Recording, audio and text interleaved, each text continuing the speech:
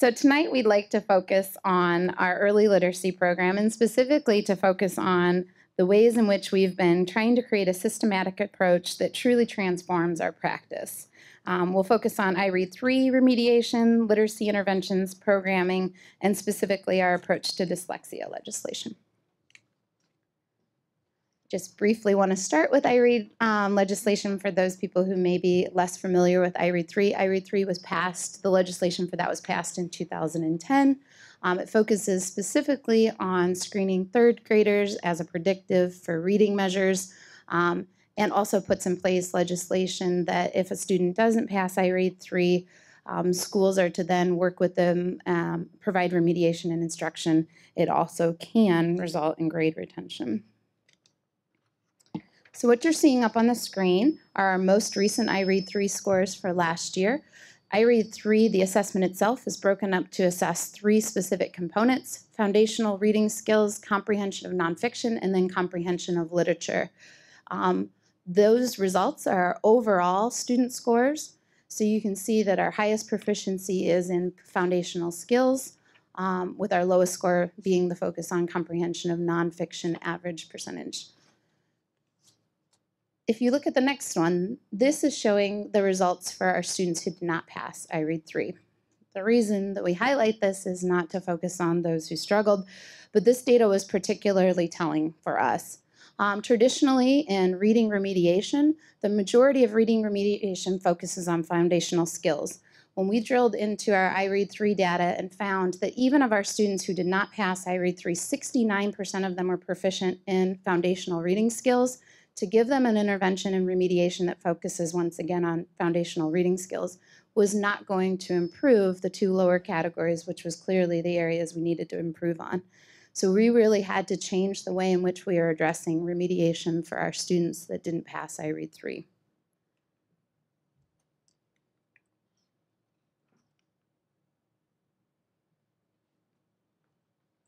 So as we analyzed our data, we found a few bright spots, a few areas where we were succeeding. And one such place was Beager.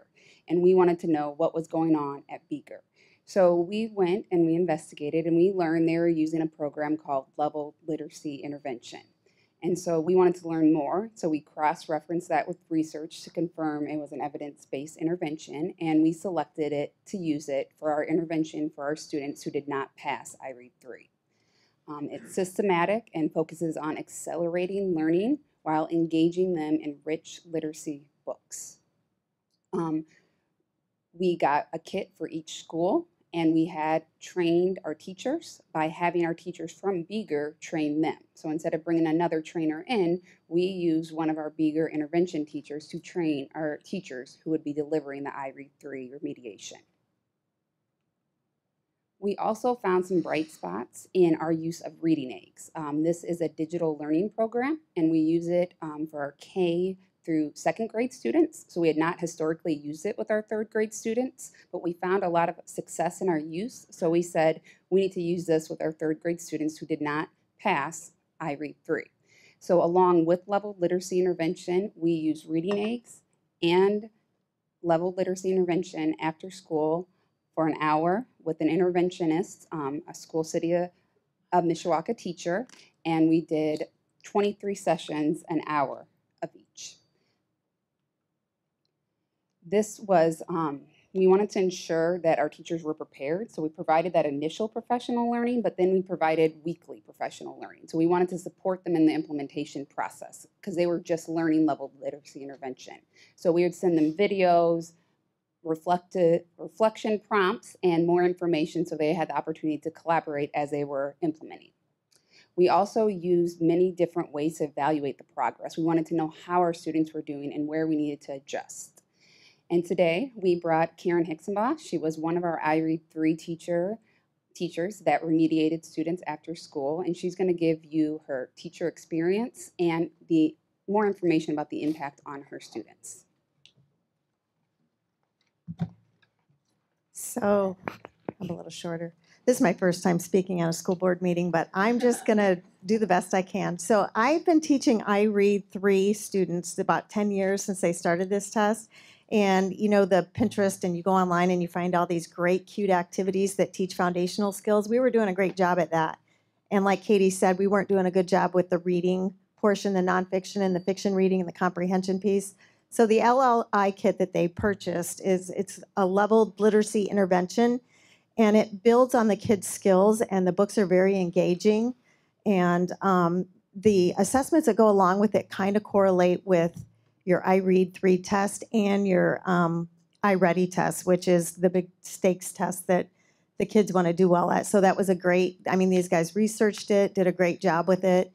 And we also used in our I Read remediation groups the reading eggs. It's a computer program, and it kind of takes you on a reading journey. And as you progress, you get to play games, and everybody knows that kids like games on the computer. So in order to get to those games, they were wondering, why is he playing a game and I'm not? And I would share with them, well, you haven't progressed enough, and as soon as you do, you will get to play one of those games.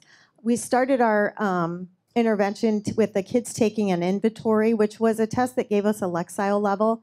So we knew when they came to us where they started, and then we gave it at the end, and we knew where the kids ended, so we could see that growth. And we did, for the first year, I felt like, because we had these materials at our hand, and everybody in School City we were all teaching the same way, and we were all aligning our practices together.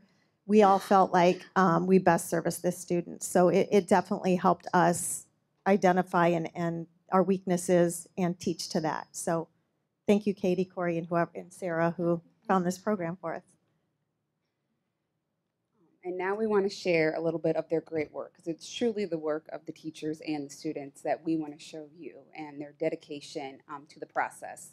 So the first piece of data we want to show you is the impact analysis from reading eggs. So we wanted to see, what is the impact of our students using reading eggs? Does it have no impact? And that would be your yellow. Does it have a negative impact, meaning the more they use it, it didn't improve their reading results? So we looked at the first I Read 3, then they take I Read 3 again as a retake, and we saw growth from the use of reading eggs. So it triangulated that using reading eggs increased their I Read 3 scores. Ms. Hickel is going to show more data and what that told us and how it's going to help us continuously improve. You know, we love our data on the front end with decision making, but also on evaluating our work coming out of it. Once again, we saw some bright spots that affirmed the work we were doing and also helped guide us into next steps. So I won't dive into a lot of this, but two really important highlights here. One being you're seeing growth from where the red box is. If you look one box to the left, is our initial pass rate for our students in the first time that they took it at 73%. And then with that intervention of 23 days, you're seeing the next pass rate at an 84.27%. The only other thing I want to highlight on that is our year-to-year growth. You can see from 2018 to 2019, we were able to grow our pass rate by 5.37%. We also wanted to look at where we compared amongst the state passing rate. You can see in 2017-18, we were at a pass rate of 79, whereas the state pass rate was at 87.5%. So we were nearly 8 percentage points behind the state average. With the interventions that we put in place last year, we were able to close that gap, reaching our average of 84%, while the state average remained at 87.5%. So we're trying to close that gap. This one is particularly interesting, as you're probably aware, because we've shown you slides before. We like to compare ourselves to our comparable schools, looking at schools of similar and districts of similar size, similar demographics, and makeup. So the ones that we often use are Goshen, East Chicago, and Concord. Some trends that you can see in this data, you can see in 2017, I Read 3 scores were on the rise. Many districts, ourselves in particular, took a dip in 2018. And that's really when we started reevaluating the interventions that we put in place. And what you can see is that while the state average and those other comparable schools have either flatlined or continued to dip, we were able to rebound, once again, closing that gap. The last one that I want to highlight is specific to the intervention itself rather than to iRead 3 in general. And what this one is showing you is, because it's a voluntary program that parents and students choose to participate in, we really strongly encourage attendance, and we wanted to measure to make sure that the things we were putting in place were truly having an impact. And we also wanted to look at the students according to how much they participated. So you can see that those students and families that chose not to participate, when they had a retest, they actually showed negative results, so their scores went down. The same was true to a smaller extent for those students who participated in less than 7 sessions. But as you increased the amount of sessions all the way up to those who had perfect or near perfect attendance, you can see the amount of growth that the intervention had. So truly showing the power and the work of the teachers and the students in that program. I have a question. Yeah. Could you go back to the? Maybe. So is it the number of sessions attended? Do you have a choice as to the number of sessions you can attend? No, so it was scheduled for 23, and we ask that when they sign up that they commit to coming to 23, but you can imagine that sometimes things come up or So when are the sessions they're all offered? after school. Okay, So got it. that's another point. So this is, after our students have had a full day of instruction, after our teachers have had Okay. a full day of instruction, and it was a full hour. Any Thank you. other questions about that particular?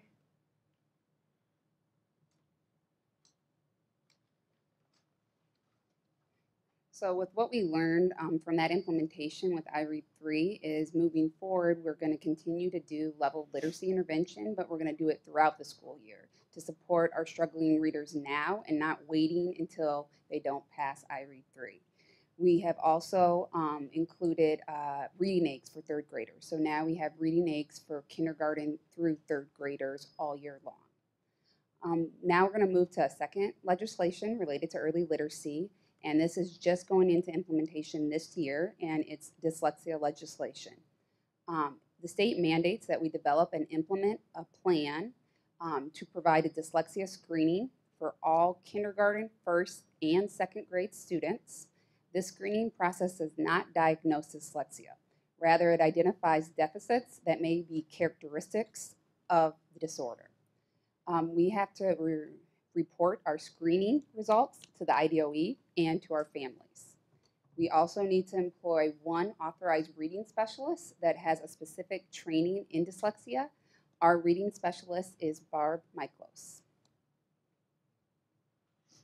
The first step in implementation was we had to determine what assessment we're going to use for our screener that's going to inform our instruction for those that have characteristics of dyslexia. So led by Corey Laban, our Director of School Services and Assessment, we did an assessment audit. We did not want to add another assessment to our kindergarten, 1st, and 2nd graders. We easily could have to meet the requirement, but we wanted to limit the number of assessments but still get the data that we need for instruction. So through this audit and evaluation of assessments, we selected PALS. PALS is also known as Phonological Awareness Literacy Screening. And PALS replaces 4 of our previous assessments. So we took off 4 of the assessments our kindergarten, 1st, and 2nd grade students were taking and replaced it with 1, thus increasing the amount of time we have for instruction and meeting the dyslexia legislation. With our selection of PALS, we needed to implement. This was a new assessment for our students and for our staff. So it shows an implementation sequence. We're still in the process of implementation because it just went into effect this year.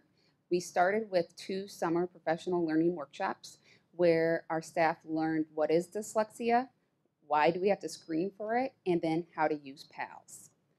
Next, we focus on coaching days. So we, with a whole team of curriculum and instruction and members of the Exceptional Learners Department, worked with our interventionists, teachers, and principals to actually start administering the assessment. And so we were in classrooms working with students and learning how to administer this assessment and what is this data telling us. After the assessment was given to all our students, kindergarten, 1st, and 2nd, we had data meetings at each school. So we sat down and looked at the data and said, what is it telling us? Where are our strengths? Where are our needs? And most recently, we've had a professional learning day with PALS that focuses on what instruction should look like for our students that show characteristics of dyslexia and how to make sure that it's data-driven. Once again, we have brought Karen Hicksema. She has been involved every step of the way with PALS and the dyslexia legislation, and we wanted to give an opportunity to share her teacher perspective and the impact on students. Okay, so this summertime, they offered the professional learning to go over what it was and what we'd be doing, the components of the test, and they offered it first to intervention teachers in the summer. And I was doing summer school, so I went with the classroom teachers. They also pulled classroom teachers in for the training, like one per grade level, 1K, one first, one second, to kind of assist with the testing. And I can't say enough good about this program because number one, we just saved about 1,000 trees because we don't do any of our testing with paper any longer. It's all on the computer. So you start with like a word test and a word flashes on a screen. The kid either knows it or doesn't know it. You hit a button.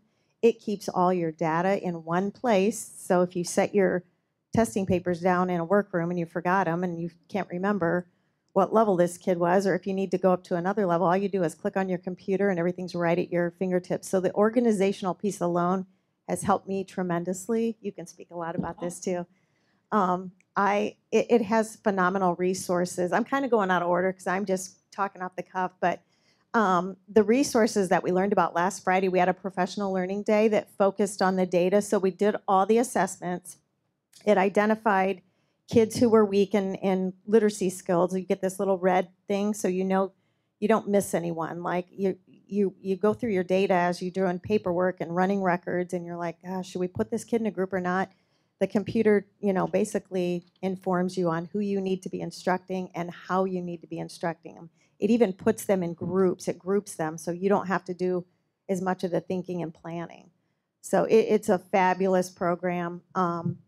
And we've had a lot of good training on it. We've got Corey and Wade and Katie to always, when we went to Hums and Twin Branch to initially learn how to give the test, they were right there if we had any questions. So it went pretty smoothly. Then when we went back to our buildings, I felt like most of our questions were answered and we could just get down to business and get it done quickly. And I will say this allowed us to get groups up and running quicker than any other year. So we've spent more time instructing kids because of this program. Is there anything I left off? I don't know if I left anything off. Any questions? Yeah. Yes. When you make the judgment that a child needs to be tested, are the parents brought into this? So when you say so we test every student at the beginning of the year to see where they're at with their reading foundational skills. Now, when you say further testing needs to be done because maybe they're identified and they're not responding to the interventions we're providing, then the parents are more involved in that process. And what does the Indiana Department of Education do with the information that you send them? As far as we know right now, they publish it. They have told us that they are publishing it in our reading plan, and that's the extent of what we know they're going to do with the data. This is a new process for all schools, so we shall see. We're going to use it to drive continuous improvement and make sure that we're meeting the needs of all our students. I'm sure you ladies agree, but this is so important for our students. My very best friend, who I just got back from New York City with yesterday, is dyslexic. And she's probably way smarter than me and just an all-around fantastic intellectual. But her dyslexia was found very early, I think in like first grade. And she received help throughout her elementary, middle, and high school careers, and she is now an established landscape architect, and she designs parks for a living, and she has to be able to look at a map and be able to map it correctly and make sure that the scale is correct, and just an incredible amount of work where she still needs to be able to look at the numbers and look back and make sure that they're right or things are in the right order or things that affect her job because she is dyslexic. But she has been given the tools over the past 29 years of her life to be able to do her job efficiently and effectively. And this is really cool. This is going to be really, really great for our students, especially those that do have the characteristics of dyslexia. I'm very impressed with the systematic and comprehensive approach, and especially the initial assessments, you know, to determine where children are, and the continuous, because you're continuing to reassess throughout the year. Now, when you find deficits in a child and you work with them through the year, did they get to a point where they drop off of the program and you stop? And then do you go back later on to find out whether or not maybe there's been, you know, some slippage and they need to be caught back up? Or how do you approach that? There are tiers both to the intervention, which is the instructional piece, as well as to the assessment. So after an intervention, there's another screening, which helps to identify if the intervention was able to remediate the issue or if they still need additional supports. And so it just kind of keeps escalating up. But if we're doing our job well, that number keeps dwindling and dwindling, so you can really specialize the instruction for those children that need the most intensive supports. Well, now, if you find, though, that the intervention has addressed the issue, do you, and that might happen, or halfway through the school year, and or it might be farther along, correct? But Correct. if it happens early, do you ever go back, you know, later on to see whether they're... Yes, I'll let Katie talk about. So we are using this assessment on an ongoing basis because it's not only driving our dyslexia, it's also driving our early reading intervention. So I'll talk about screeners. Yes. So they will take it 3 times a year, no matter what, kindergarten, first, and second grade. So all students will take it, so we'll see their progress over time. Okay. And then during intervention, the PAL system has progress monitoring, so we're not implementing and putting that into another system. It goes all in one system, so we see a child's profile. We are then meeting with the interventionists, as we mentioned, and we're selecting interventions and also accommodations and modifications. So as Amanda shared, she got support, but it looked different. It wasn't the same support maybe another struggling reader got. And so we really want to individualize the type of support and services that we're giving to students and then monitoring that impact. So we're not just giving every kid the same treatment and not monitoring it. We're really trying to be purposeful in selecting the supports and then closely monitoring its impact on the student's learning. Thank you.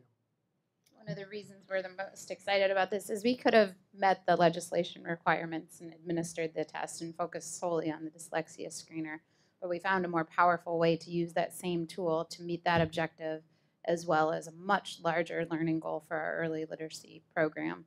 So another example of the intentionality of a learning by design, that we're trying to be incredibly intentional with our resources, intentional with the supports that we put in place in our programming. And in the progress monitoring, this is certainly something to highlight because we are getting traction. We're seeing the results immediately for our students, which is exactly what we want.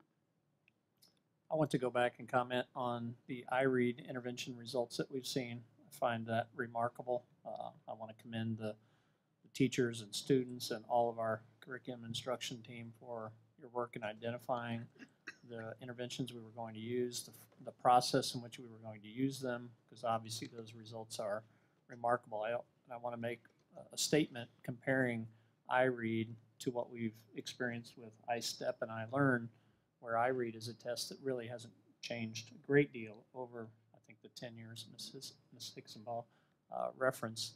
And it's given us a target that we can actually see and know what it is.